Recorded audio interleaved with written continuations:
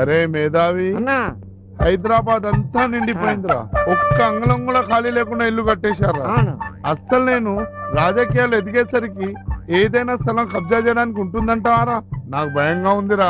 భయపడకన్నా, వాళ్ళంతా ఊరు చివర్లో కట్టుకున్నారు. ఇదిగా నీకు సిటీ సెంటర్ లో మంచి ప్లేస్ చూశాను. ఎక్కడ్రా? పంజాగుట్ట శ్మశానం అన్నా. అందుకే అంటారు ప్రతి కుక్క రోజు వస్తుందని. కోపడకన్నా, లేకపోతే దాదాలో నువ్వు కొడవలు పట్టుకు రోడ్డు మీద నడుస్తుంటే జనాలకు నక్షత్రాలు కనిపించేవి. తర్వాత నువ్వు టికెట్ కోసం హైకమాండ్ చెయ్యి కాలు పట్టుకునేవాడివే. అయినా నువ్వు సైకిల్ మీద కార్ల మీద ర్యాలీలు చేస్తే ఏ పార్టీ వాడు నీకు టికెట్ ఇవ్వకుండా అందరూ కలిసి నీ చెవులో కలపు పెడతారా? అయినా నువ్వే మరీ అవుకో, ఏనుగు లాంటి వాడివే, ఉదయించే సూర్యుడివే, రెండాకులు చదువుకున్న వాడివే. ఇదిగా ఏదో సమస్య మీద ప్రజల్ని రెచ్చగొట్టి పేరు తెచ్చుకున్నావు అనుకో, సీటు స్వీట్ లో నీ చేతికి వస్తుంది. అంతేనంటావా? అవునా? అయినా మన కాలనీలో సమస్యలు ఏమున్నాయరా? ఊరుకన్నా, నువ్వే పెద్ద సమస్య. లేకపోతే ఏటన్నా, నీళ్ళు కొళాయిలు, వెలగని దీపాలు, టైంకి రాని బస్సులు, ఉన్న దోవలు, మరో పక్క పోలీసులు, అన్నలు, గన్నులు, చర్చలు ఎన్నున్నాయి. అంతేనంటావా? మన కాలనీ సమస్య ఫ్యాక్టరీ ఉంది కదా, ఫ్యాక్టరీ ఇక్కడ నుంచి తీసేయాలి. నరసింహన్న జిందాబాద్. ఫ్యాక్టరీ ఇక్కడ నుంచి తీసేయాలి. నరసింహన్న జిందాబాద్. ఫ్యాక్టరీ ఇక్కడ నుంచి తీసేయాలి. నరసింహన్న జిందాబాద్. ఏంటి సార్ ఇదంతా? చూడండి నరసింహ్ గారు, ఈ ఫ్యాక్టరీ ఇక్కడ ఉండబట్టే బోల్డ్ అంతమందికి ఉద్యోగాలు వచ్చేసారు. అటువంటిది మీరు ఈ ఫ్యాక్టరీ తీసేయమంటే ఎలా సార్? ఇదిగా అవన్నీ ఆలోచిస్తూ కూకుంటే మన రాజకీయాలు అలాగా. దయచేసి నా మాట వినండి. నేను వినను. ఫ్యాక్టరీ ఇక్కడ నుంచి తీయాల్సిందే, లేకుంటే నేను ఆత్మహత్య చేసుకుంటాను. అన్న కిరసనాలు పట్టుకొచ్చా. ఎందుకురా? ఆత్మహత్య చేసుకుంటాను కదా. మీరు నిజంగానే కిరసనాలు పోసుకుని తగలబెట్టుకుందాం అనుకుంటున్నారా? నా ప్రజల నియోజకవర్గం కోసం ఆత్మహత్య చేసుకుంటాను. ప్రభుత్వం దిగి రావాలి. ఇక్కడ నుంచి ఫ్యాక్టరీ తీసేయాలి. అన్న కిరసనాలు పోసేస్తాను. వద్దురా, నేను చచ్చిపోతాను. రే వద్దు. ఊరుకా అన్న, నువ్వు చచ్చిపోతే నాకైతే నీ వారసుగా నాన్నున్నాను కదా, ఈ ప్రజలందరినీ చూసుకోవడానికి పోసేస్తాను. మీరు తొందరగా కిరసనాలు పోసుకుని తగలబెట్టుకుంటే వీడియో తీసుకెళ్లిపోతాం. అవతల మలక్పేట టవర్ మీద ఎవడో దూక ఆత్మహత్య చేసుకుంటున్నట్ట కవర్ చేయమని తెగ ఫోన్లు వచ్చేస్తున్నాయి. మీరు పోసేయండి సార్. 5 నిమిషాలు రావుకాలం ఉంది సార్. అన్నా రావు కాలం చాలా మంచిదే. అయిన వాళ్ళకి ఎన్ని పనులు ఉంటాయి పాపం. నగరంలో ఎన్ని చావులు ఉన్నాయి సార్? అవన్నీ ఫోటోలు తీయాలి, వీడియో కవరేజ్ చేయాలి, న్యూస్ పేపర్లో వేయాలి. ఎవడే మీరు కానివ్వండి సార్, మీరు పోయండి సార్. నోరు కళ్ళు మూసుకుపోతే బాగా పోయింది. పోయి ముందు పోయింది. వెనక మీరు కెమెరా ఆన్ చేసుకోండి సార్. మీరు తగలబడేటప్పుడు కెమెరాలో పడేలా తిరగండి. సీన్ బాగోకపోతే ఆడియన్స్ ఎంజాయ్ చేయరు కదా. అంటే నేను తగలబడి కేకలేసుకుంటే మీ ఆడియన్స్ ఎంజాయ్ చేస్తారన్నమాట. మా పాయింట్ కరెక్ట్ గా క్యాచ్ చేశారు. ఒరే మీరు షూట్ చేయండి. అరే అరే పోలీసు వాళ్ళు వచ్చేదాకా నన్ను ఆపురా. అన్నిటికీ పోలీసులు అంట. నీకు కలిదేటే అంత అయిపోతే నాలుగు రారేనే వెలిగించింది. ఏంటండి మీ డిస్కషన్? అవతల మాకు బోల్డ్ అని పనులు ఉన్నాయి. తొందరగా తగలబెడితే వీడియో కవరేజ్ అన్న మిగులుద్ది. మీరు అంటించండి.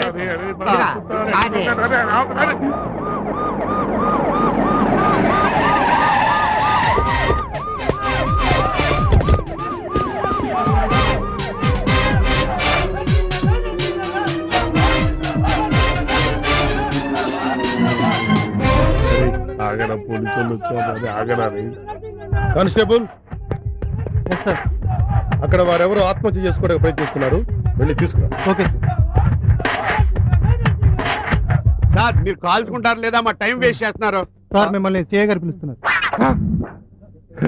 సిఐ గారు పిలుస్తున్నారట. అరే వస్తాను, సన్మానం చేస్తారు. ఏందివా, ఎందుకు పిలిచినావు నన్ను? సార్ ఏందన్నా గొడవ ఎందుకురా? గొడవ ఏం లేదు. ఫ్యాక్టరీ బంద్ అయిపోవాలి. పొల్యూషన్, కాలనంతా పొగలొస్తుంది, బీమార్ అవుతున్నారు. ఫ్యాక్టరీ బంద్ కాకపోతే మొత్తం తగలబెట్టుకుంటా. కిరోసిన్ వద్దులే, లోపలికి వెళ్ళి మాట్లాడుకుంటారండి. ఏం మాట్లాడతావు? భయపడిస్తున్నావా? నా ఎంత జనాలు ఉన్నారు, అందరూ 1000 మంది. ముందే మీదికి కాలుతుంది తెలుసా? కాలుతుందనే అన్న, లోపలికి వెళ్ళి చాయ్ మాట్లాడుకుంటారండి. అరే ఏందన్నా ఈ టైంలో చాయ్ మొహమాట ఎక్కువ నీకు. సిగరెట్ కావాలా?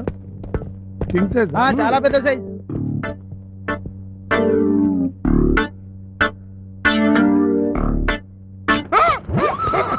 అన్నా గ్యాస్ చచ్చిపోతాన్నా. ప్రాణాలంటే ఇంత భయం ఉన్నవాడివి ఆత్మాహుతి బిడ్డ పెట్టరా? ఏందన్నా చాయ్ తాపిస్తాను తీసుకొచ్చి గిట్ల కొడుతున్నాను. మార్పులు పొట్టుకున్నాను చేస్తేనేమో మెచ్చుకున్నారన్నా. నేను చేస్తే గిట్ల తెచ్చి కొడుతున్నామో నన్ను. రేయ్, తాతగారికి నీలాంటి ఎదవలకి స్వాతంత్రం తెస్తున్న విషయం తెలియక తీసుకొచ్చారా? అంతేగాని మీలా పబ్లిసిటీ కోసం పలుకుడి కోసం నాటకాలు ఆడలేదు. కానిస్టేబుల్ సార్ని తీసుకెళ్లి మన పోలీస్ మర్యాదలు చేయాలి. అన్నా ఇప్పుడు అదంతా అవసరమా అన్న? నేను అడిగినా అన్న. వెళ్ళరా. నీకంత మొహం ఎలా? నా ప్రియ ప్రజలారా, మీరెవ్వరూ దిగులు పడద్దు. నరసింహన్న కాలి తగలపట్టం చూద్దాం అనుకున్న మీ ఎవ్వరికి నిరాశ కలగనివ్వనని అన్న వారసుడిగా మీ అందరికీ హామీ ఇస్తున్నా.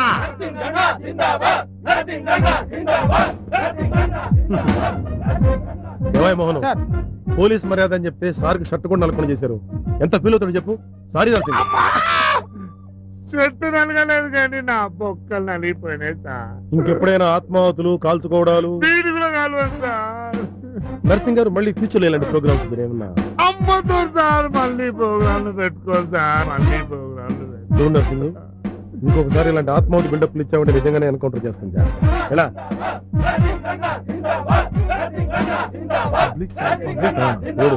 సార్ మాట్లాడతాను సార్. మళ్ళీ వచ్చి రేపు ఇంట్లో కలుద్దాం సార్. మీరేం కంగారు పడద్దు. మీ కన్నుల పండుగ ఇప్పుడు నరసింహన్న ఆహుతవుతాడు. క్షమించండి, ఆత్మాహుతి క్యాన్సల్. సమస్య శాంతియుతంగా పరిష్కారం అయిపోయింది.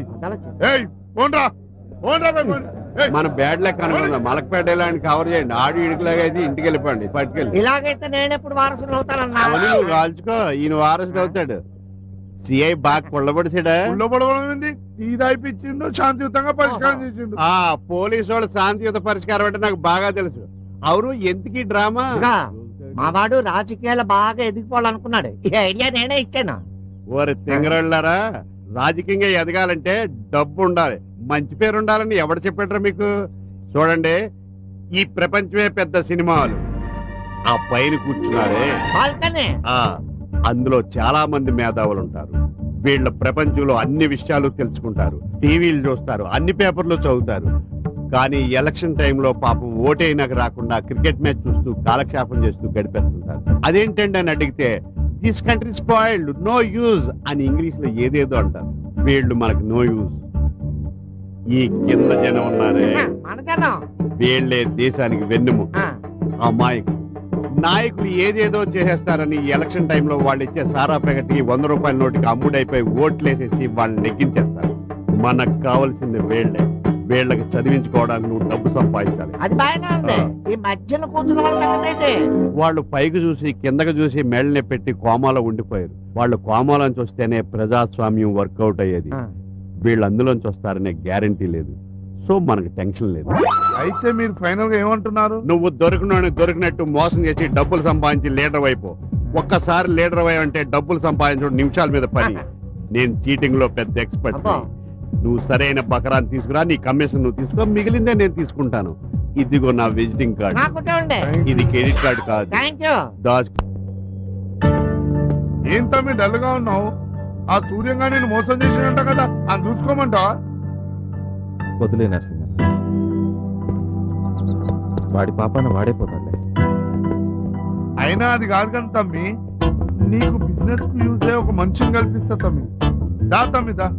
వద్దు నరసింహ, నాకు ఈ రికమెండేషన్లు షార్ట్ కట్లు అసలు ఇష్టం. అదేం తమ్మి ఇంకా పాతకాల మనిషిలా మాట్లాడుతున్నావు? నిన్ను మోసం చేసిన వాడి కన్నా మించేది గాలి నువ్వు. రా తమ్మి, నువ్వు ఒక్కసారి గలువు అంతోటి రాను. అవునులేండి రెడ్డి గారు, మీకు ఎప్పుడు అన్నలతోనే డిస్కషన్. ఈ తమ్ముళ్ళు ఏం పట్టించుకుంటారు? సరదా జోకేసేళ్ళండి, మీకు అర్థమైనట్లేదు. పెద్దరెడ్డి గారిని అడిగాని చెప్పండి. ఏంటి నర్సింగ్, ఏంటి విశేషాలు? ఏం లేదన్నా, మన తమ్ముడు కాలనీలో ఉంటాడు, కంప్యూటర్ బిజినెస్ అన్నా. ప్రాబ్లం లో ఉన్నా, నాకు కొంచెం హెల్ప్ చేయాలన్నా. You are very lucky fellow. ఇప్పుడే మా ఫ్రెండ్ సెక్రటేరియట్ నుండి ఫోన్ చేశాడు. Computer services 25 lakhs worth contracts ఉన్నాయట. మరి ఆలోచించకన్నా మామిడికి ఇప్పియాలన్నా. ఇప్పించొచ్చు అనుకో, నీకు తెలుసు కదా గవర్నమెంట్ పని. 5 lakhs కావాలంటున్నాడు. మన ఓడికైతే 4 lakhs ఇప్పించవచ్చు. ఏం సార్, లంచమా? అలాంటి బ్యాడ్ వర్డ్స్ మాట్లాడకాయ బాబు. ఫార్మాలిటీస్ అని గౌరవంగా పిలవాలి. అన్నా నన్ను తెచ్చుకోలేడన్నా, ఏదో కొంచెం తగ్గించి అడ్జస్ట్మెంట్ చేశానా? నన్ను తెచ్చుకోలేడా? లేదన్నా. 3 లక్షల కన్నా తగ్గించడం. మరి అయ్యో మర్చిపోయాను, ఎల్లుండే లాస్ట్ డే టెండర్కి. ఆలోచించుకోండి, ఆలోచించి పెట్టు.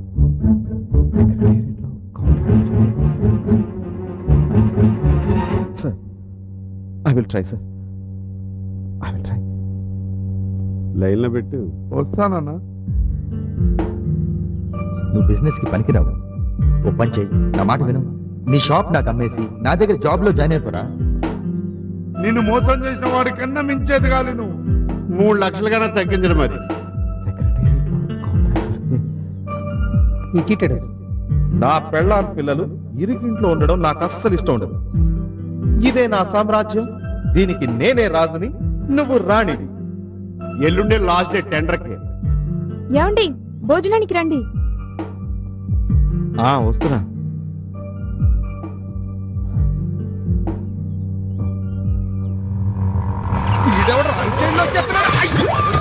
సారీ అంకుల్, ఎక్స్ట్రీమ్లీ సారీ, చూసుకోలేదు.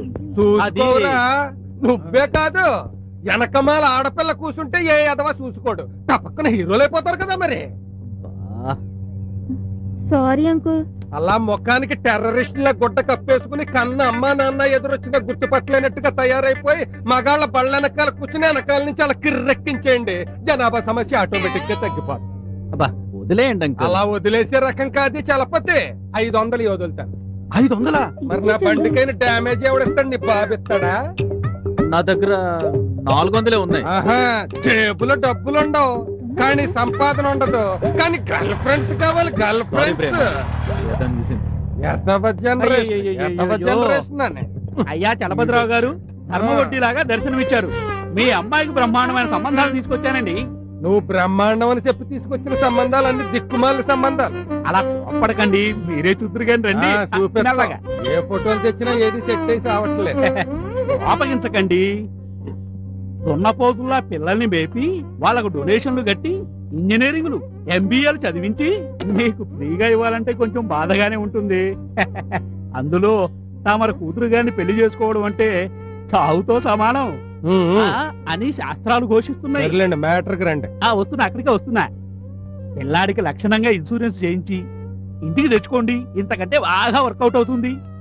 వర్కౌట్ అవ్వుద్ది. నువ్వు కలిసినప్పుడల్లా నా జేబుకి చిల్లి నీకు చిల్లరా తప్ప ఇంకేం వర్కౌట్ అయ్యేలా కనపడ. మీ చమత్కారాలకేం కానివ్వండి, ఈ కుర్రాళ్ళ ఫోటోలు చూడండి. ఫోటోలకేం గానీ ఇప్పుడు వీళ్ళందరూ నా శనిగ్రహాన్ని చూసి తట్టుకోగలిగే ధైర్యవంతులే కదా. ఆ శక్తి ఉండబట్టే ఈ ఫోటోలు నాకు ఇచ్చారండి బాబు. కట్నాలు కానుకలు వివరాలన్నీ ఫోటోల వెనకాల రాశాను, చదువుకోండి. మీరేదైనా కనికరించి తప్పుద్దా? ధర్మప్రభువులు 400 ఎక్కువ? అదే ఎక్కువేనండి బాబు. వస్తానండి. పిలిచినప్పుడే రండి. నమస్తే. రావయ్యా పృథ్వీ. నీ ప్రాణ స్నేహితుడు నమ్మించి మోసం చేసాడట కదా. ఆడో పెద్ద గుంటనక్క, మాకు బంధువే, దూర బంధువు, అందుకే దూరంగా ఉంచాను. ఏంటి ఎలా వచ్చావు? ఏం లేదు సార్, కొంచెం డబ్బు కావాలి. కొంచెం అంటే సుమారు 3000? కాదు సార్, 3 లక్షలు. ఏంటి కొంచెం అంటేనే 3 లక్షలా? మరి చాలా అంటేనో? నాకు చాలా వద్దు సార్, కొంచెం చాలు. పోనా అలాగే. నా సంగతి తెలుసు కదా, నేను కొంచెం హై క్లాస్, వడ్డీ ఎక్కువ. పర్వాలేదు, అర్జెంటుగా అవసరం వచ్చింది. 4 రోజుల్లో మంచి సర్వీస్ కాంట్రాక్ట్లు వస్తాయి. వడ్డీతో సహా 2 నెలల్లో తీర్చేస్తానండి. చూడు పృథ్వీ, ఇప్పటి వరకు నీకు నాకు మధ్య ఎలాంటి వ్యాపార లావాదేవీలు లేవు. కొన్ని విషయాల్లో నేను చాలా స్ట్రిక్ట్. టైం అంటే టైమే, ఒక్కరోజు తేడా వచ్చినా వదిలేది లేదు. రామాయణం నాటకంలో రావణాసురుడి వేషం వెయ్యనే కూడదు. వేసాక సీతను లంకకి ఎత్తికెళ్ళాలి, రాముడితో యుద్ధమో చెయ్యాలి. తప్పదు. నా పని నేను పర్ఫెక్ట్ గా చేస్తాను. అది రైటా తప్పా అన్నది నాకు అనవసరం. I know that sir. ఈ కాలనీలో ఇన్ని సంవత్సరాలుగా ఉంటున్నాను, ఏ రోజు ఇలాంటి పరిస్థితి రాలేదు. ఇంత అర్జెంటుగా డబ్బు సర్దుబాటు చేయగలిగేది మీరేనన్న నమ్మకంతో వచ్చాను. నీ నమ్మకం కరెక్టే, నాకు నీ మీద ఉన్న నమ్మకాన్ని నిలబెట్టి చాలు. వడ్డీ 4 రూపాయలు, నెలకి 100కి, అంటే 2 నెలలకి 3 లక్షలకి 24,000. అది మినహాయించుకుని 2,76,000 ఇస్తాను. బ్యాంక్ నుంచి డ్రా చేసి డాక్యుమెంట్లు రెడీ చేసి ఉంచుతాను. సాయంత్రం వచ్చి సంతకాలు ఇట్టుకి క్యాసెట్కి. చాలా థ్యాంక్స్ సార్, మీ మేలు మర్చిపోలేను. అక్కడితో ఆపే. నీ రుణం తీర్చుకోలేని లాంటి మాటలు నా ఆఫీసులో మాట్లాడక. డ్యామేజ్ అయిపోయి నాకు నీకు. అలాగే సార్. నమస్కారం సార్. ఆ రా పృథ్వీ కూర్చో. ఆలోచించుకున్నావా క్యాష్ పట్టుకుని వచ్చావా? డబ్బుతోనే వచ్చాను సార్. గుడ్.